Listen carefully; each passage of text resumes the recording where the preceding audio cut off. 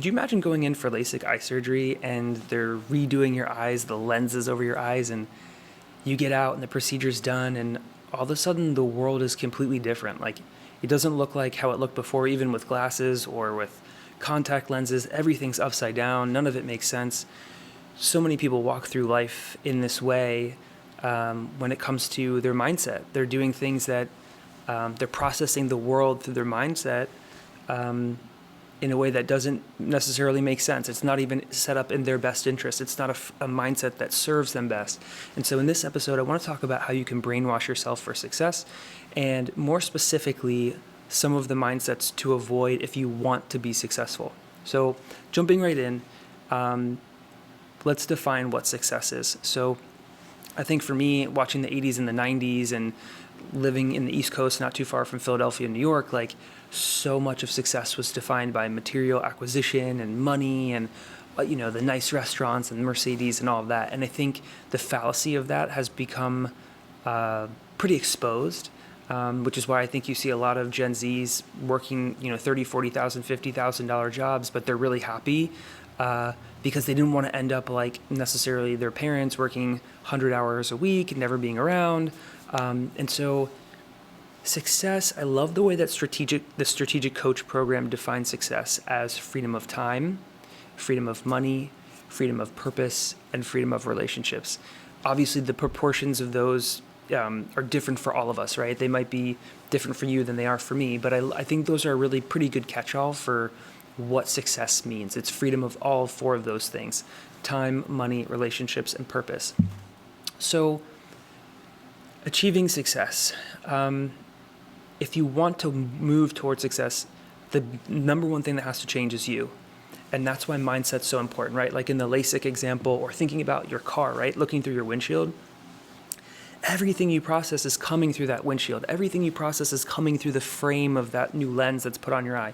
So mindset is the frame in which we use to process our world. Now, obviously, we have different frames for scenarios, right? Like, people have a frame that they view money in. Is it good? Is it bad? Wealth? Like, where are all those lines for people? And then you have all these different frames come together to create a mindset for someone. And so if you want to change something in your life, whether it's relationships or finance, or I could be talking to a stay-at-home mom, I could be talking to an entrepreneur, and it's the same things that need to change. And so it's us that need to change first. And it's specifically mindset, or the way that we frame the world.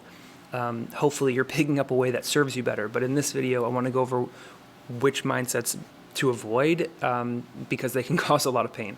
So when you change, everything changes. We kind of just mentioned that. The process of changing yourself begins with your mindset.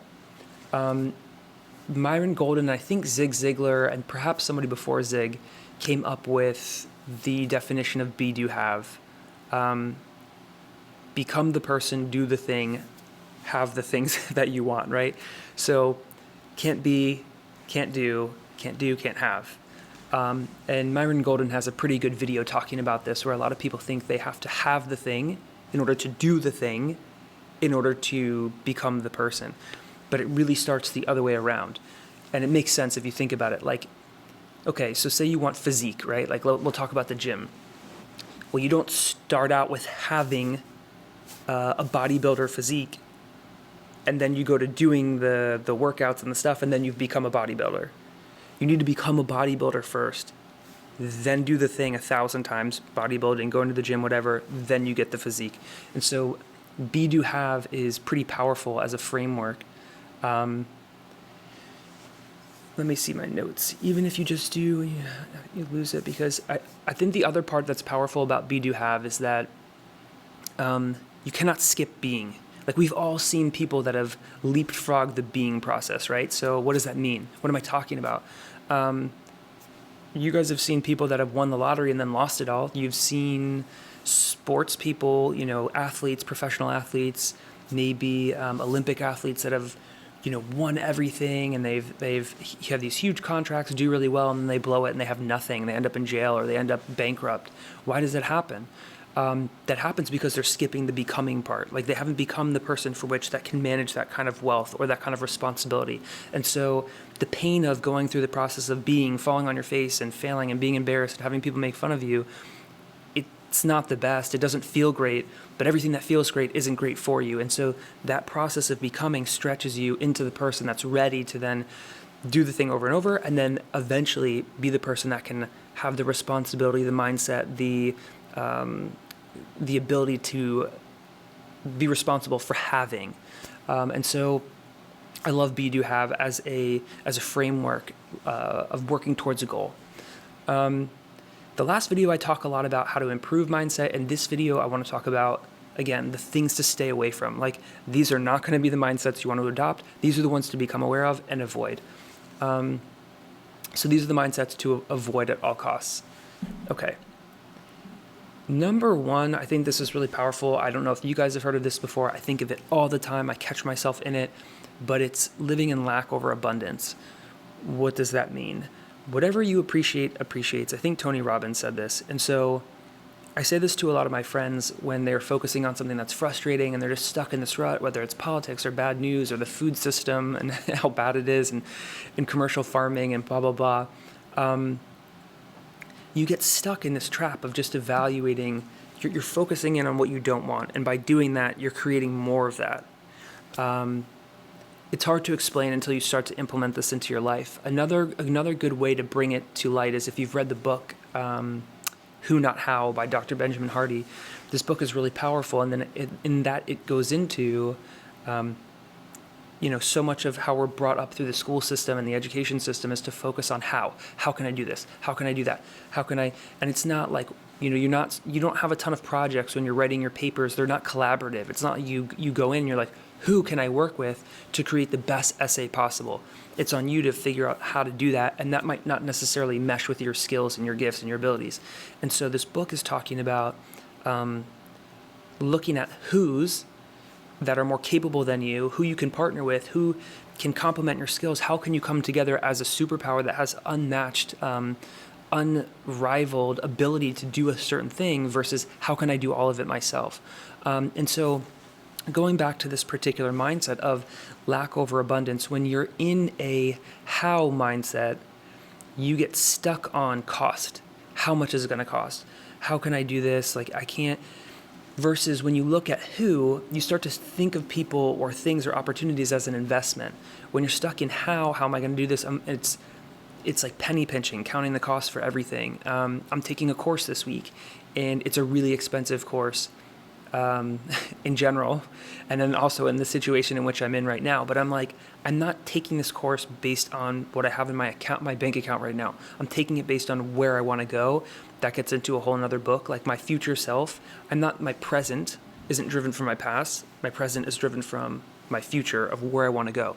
And so lack over abundance is really dangerous. It will also, Benjamin Hardy has another good book called The Gap and the Gain. Living in the gap is a lot about living in lack, and it's not just money or things at work, but it's also like you're missing appreciation for the people that are in your life. You're missing appreciation for the moments that are happening in front of you. And so whether you go back to the Garden of Eden and they had access to all of these trees, they lacked access to one thing, and yet Eve falls for the tree or whatever, she eats the apple. It's like we do that every day by discounting people around us that are really important, by feeling like, even in our own heads that we're not enough, that I'm not enough. Like, we play this game of lack over abundance all the time, and especially in comparing ourselves with other people. They're further ahead than me.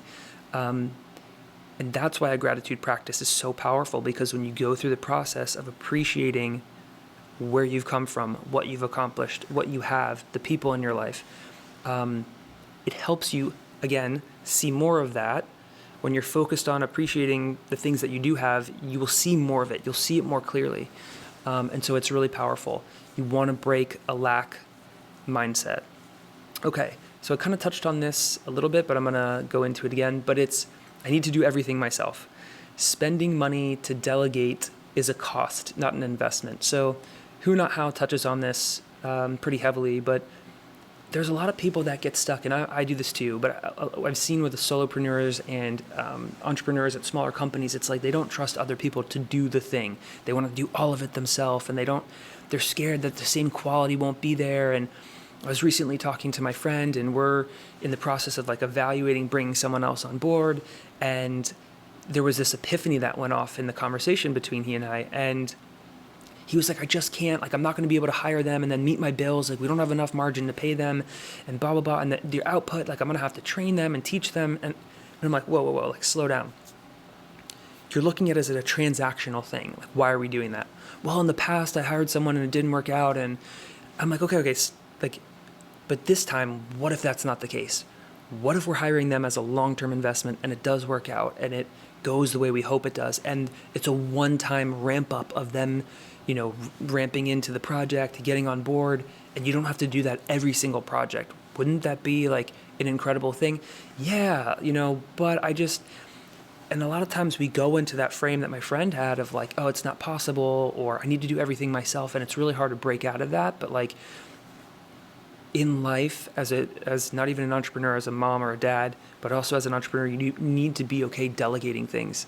You were doing a disservice to the people around you by inadvertently saying, you can't handle this, I'm going to do all of it myself. If you're a parent, it's going to help your kids grow to give them things to work on, even if they don't get it right.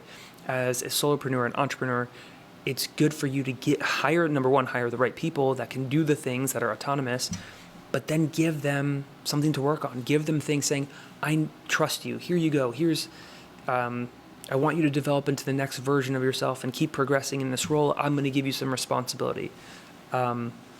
So that's a huge one, is that you want to break the mindset of I need to do everything myself, and that spending money on a who is an investment. It's not a cost. Okay.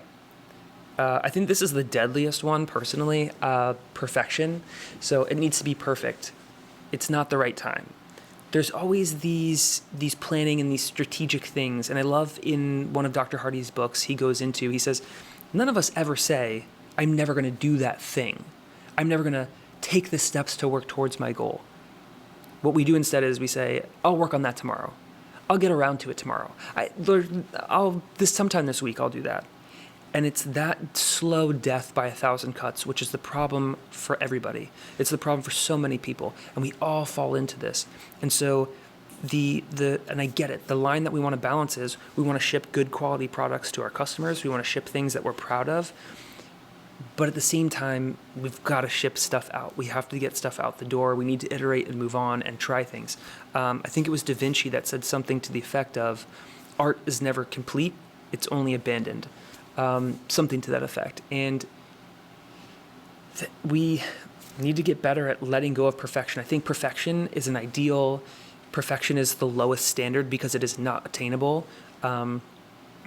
What is attainable is continually growing, continually learning from mistakes, continually iterating and trying new things and learning from those. And so it needs to be perfect, or it's not the right time, or I don't have enough time. Those are really dangerous mindsets to be in. The next one this has been a profound shift for me in 2023. I think I heard this from Tony Robbins, but life is happening to me. When I hear people say this, I look back and I see the old version of myself. And you can hear people say it in different ways when they'll talk about their past or they'll talk about something and they'll kind of be victimized. And it doesn't mean that they weren't a victim in that situation, or they didn't face adversity, or they didn't go through things. But it's your choice whether you label that past or that event or that thing. You label a meaning on that.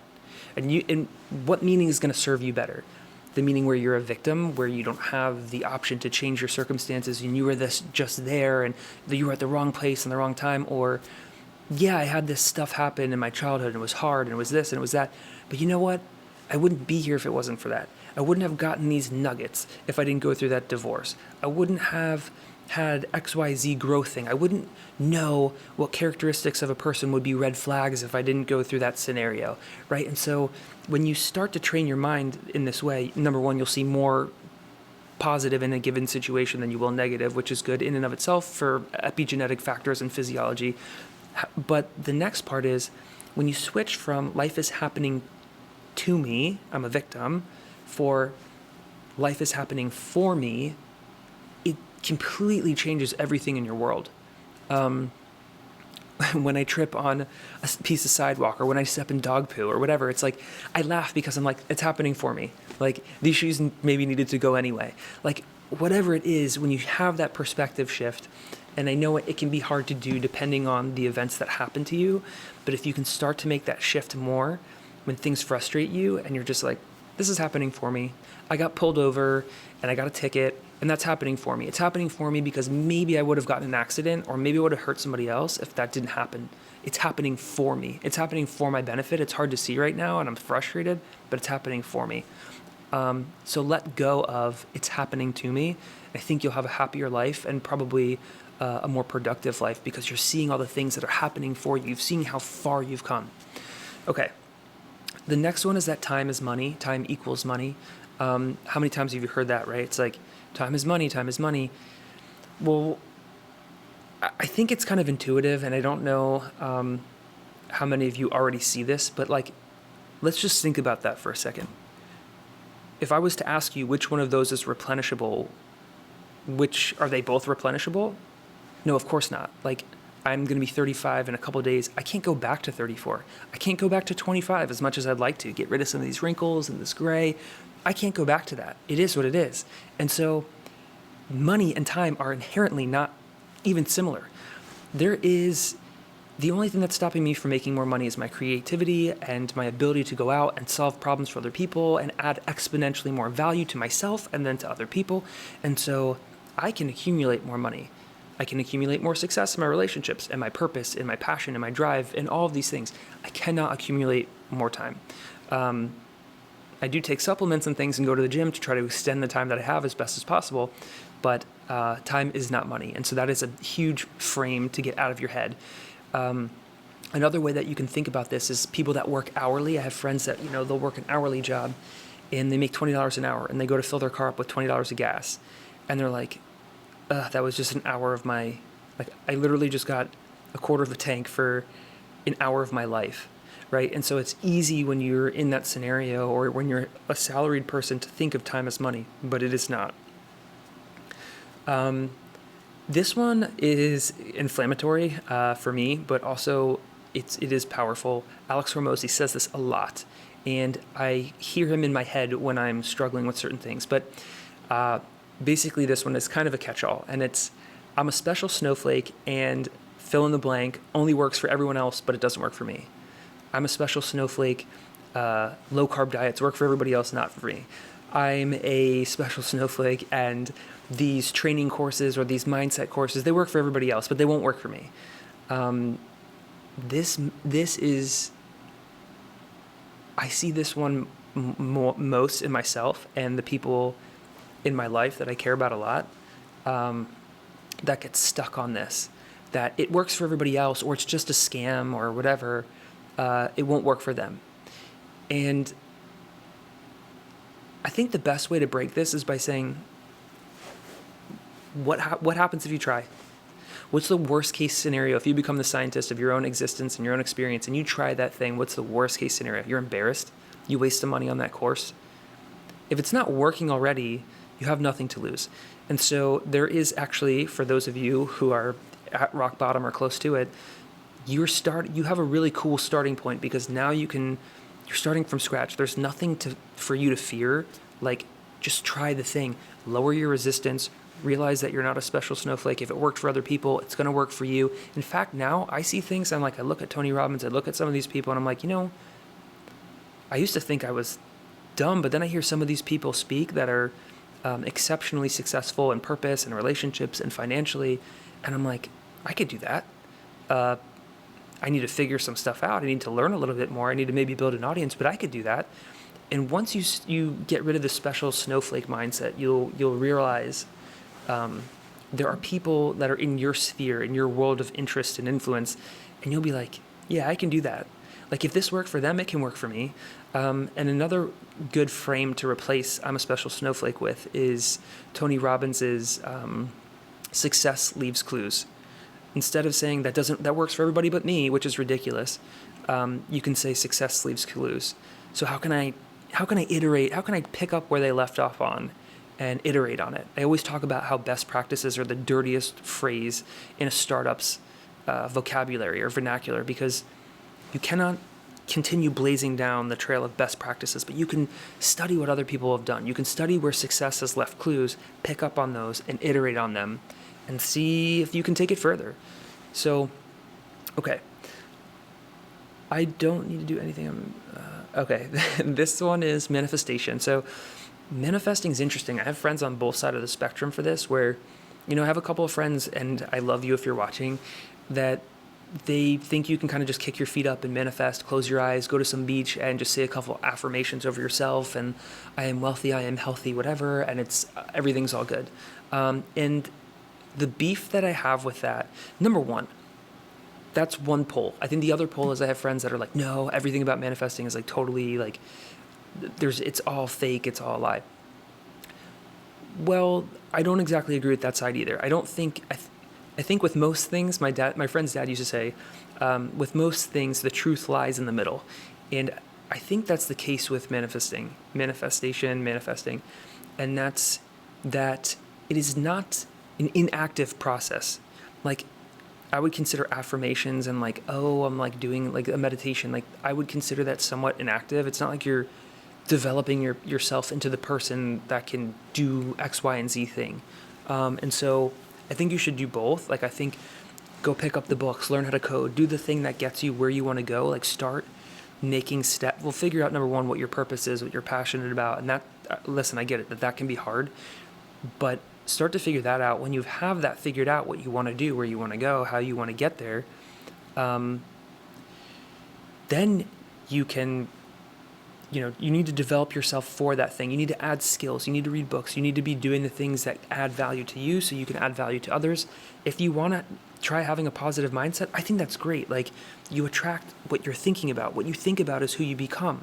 So there are parts of manifestation that make sense. I don't think affirmations are a bad thing. I just don't like I think the idea that it's an inactive process where you could sit on your couch, kick your feet up, say some pretty words over yourself, and pop open a bag of Pringles, like, that's not how it's going to go down. Like, I just don't see that working for the majority of us. Like, for those of you that's worked for, great. Like, I think that's fine. But for most people, it's an active process. You need to develop yourself, and then try having these mindsets. Try meditating. Try doing some of those other things. I do think it's powerful to visualize yourself in that role. So for me, like, I want to run a massive company, and I have a hard time visualizing a lot of parts of that, right? Because it's like, right now it feels amorphous. Like, I'm very far away from that. And in fact, in Dr. Hardy's book, he talks about how we can become resistant to visualizing something because it feels so far away.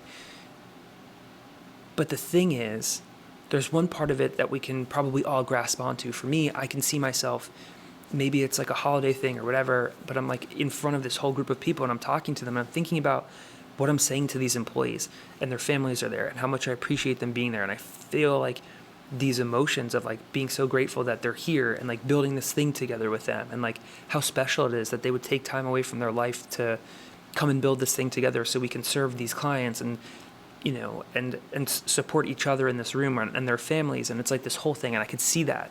And so I do think there is value in terms of going through pieces of manifesting, like visualizations. But I think it's an active process, and you can't just not develop yourself and expect things to fall out of the sky. I mean, you can. I just don't think you're going to be too happy with the results of that. Okay. The more I succeed or have abundance. Okay, this one is interesting. I never thought this was like a thing. And so I was having a conversation with a friend of mine a couple weeks ago, and we were talking about money and success and all these things. And I've heard Myron Golden teach on this before, and he has this example where he'll pretend to hold his breath, right? He's like, and then people in the audience are like, oh, like, what are you doing? Like, how long are you going to do this for? And he's like, I'm holding my breath so I don't take away oxygen from other people. And it's funny, and I think he uses humor to introduce this concept that a lot of people want to limit or stifle their growth because they're scared if they're successful financially, materially, that there won't be enough left over for other people. And like, I never thought that was like a real thing that people thought, but it is. And my friend was like, no, I have this hard limit and I can't make any more than that. I don't want to make any more than that. That's greed. And I think greed is clearly a real thing, But to me, greed is wanting something that you're not willing to work for. Greed is, it's more like entitlement for entitlement's sake versus continuing to grow and strive and work towards something, right? So like, I don't think a salesperson's commission should be stifled because there's some arbitrary number that would be considered greed. And with inflation and all these other moving factors, how do you determine that constantly? I do agree with Myron Golden that there is, I believe that in our world that there's enough abundance for there to be enough abundance for everybody and then abundance left over. And so, yeah, sure, maybe it's limited just like oxygen, but there's more than enough for everybody to have enough. I just don't think that everybody is aware of some of these principles and or wants to go through the process of shifting their mindset and living a really hard life and maybe starting their own company or doing what it takes to accumulate wealth. And some people don't know that these things exist. So I don't think that you having more abundance or you continuing to grow stifles somebody else in some other way. I see it as the consumption equals production, like production model, where it's like, you eat the fruit, you expose the seeds. Now that singular apple becomes multiple apples. So for the instance of my friend, it's like he has this business that helps other people's businesses. Well, like you have this business. If you do really well, and then you say if you get to a certain cap of that, you want to shut down, but you're helping other people grow their businesses. And then those people have employees. And then that business has customers. So you have a huge impact. Why would you stop using your God-given gifts to like exponentially help so many other people downstream? I don't think you should stifle yourself or limit your growth because you're taking away from other people. I just don't think that's logical to me anyway. Leave something in the comments below if you guys disagree with that. I'd love to hear what you guys think. Okay, the second to last one is what's in it for me. I'm certainly in version 1.0 of myself very guilty of this. And we all do it to some extent, right? Like, because we have to. You and I are stuck. Our eyes are lodged into this flesh and bone, and they're not coming out. Like, I need to make sure I'm taking care of myself. But a lot of people will come into a conversation, or you'll get a cold email, or get a DM on LinkedIn or whatever, and it's not about what's in it for both of you or how that person can serve both of you. It's like just what's in it for them. And you guys know this. You've all experienced it to some degree. But Ed Mylett, in his book, The Value of One More, or The Power of One More, he talks about the value of reciprocity. And so does Super Communicators, the book by Charles Duhigg. People underestimate when we give to somebody else how they are willing to give back. Like, go experiment with this. If you have a friend and maybe you haven't talked about something that's really personal and deep, if you share something personal and deep with that person, they are 10x more likely to share something personal and deep and intimate with you in response to that. So when you're thinking what's in it for me, you're really limiting your own growth. You're limiting your own accessibility. It's a short-term reward model that's not going to get you very far. It's off-putting for people. Patrick Bet-David talks about this relationship that he had in Your Next 5 Moves, I believe, in the book Your Next 5 Moves. He has this friend he's in wealth management at the time, Patrick, and he has this friend that's super wealthy, and the friend, they have lunch together, whatever, and Patrick's like, what can I do for you? What can I do for you? And the friend's like, hey, I have this son who's incarcerated. No one goes to visit him. Can you visit him? So Patrick does this. He enjoys it. He ends up becoming a pen pal, so he's writing letters back and forth to this guy's incarcerated son. The guy really appreciates it. Months go by, and then eventually the guy's like, Patrick, what can I do for you? And Patrick's like, hey, I'm in wealth, management. If there's any friends that you would want to recommend me to, I'd appreciate it.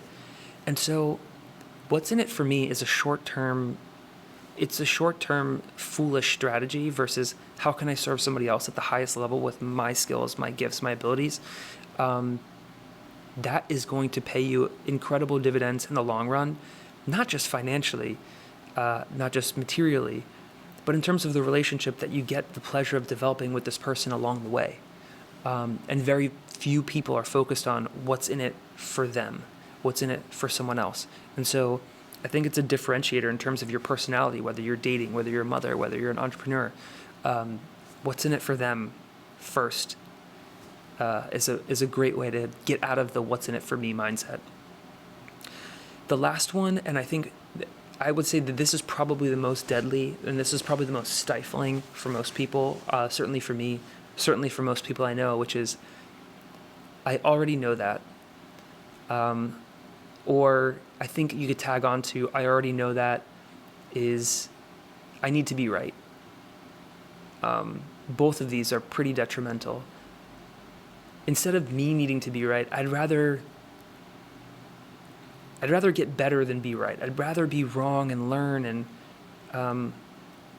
even behind the things that I think I already know, I already learned so much. I don't know how many times I go over the same audiobook or read the same book multiple times. I don't know how many times I listen to the same videos and listen to the same things. And every single time I find something new, I find something different, I find something I didn't hear before. When I listen to a podcast or a book from somebody that maybe I don't have a ton of respect for, or they're talking about a subject I feel like I already know, or maybe they're not, Alex Hormozi talks a lot about people that are behind you in life. Maybe they're further behind. You can still learn from them. You can always learn from somebody. So I love the phrase that someone at Russell Brunson's, one of his 2 Comma Club award ceremonies, said, be careful of what you're so sure of. Be careful of what you think you're so sure of. So I would definitely caution against that. A lot of people have this wall of resistance up where nothing can get in because they know everything. Don't be that person, because there's always more. And this whole process of growth is, the journey is the destination. There is no waypoint. So I hope these things serve you. I hope you can start to identify them in your life and stay away from them. And I'll see you guys in the next one.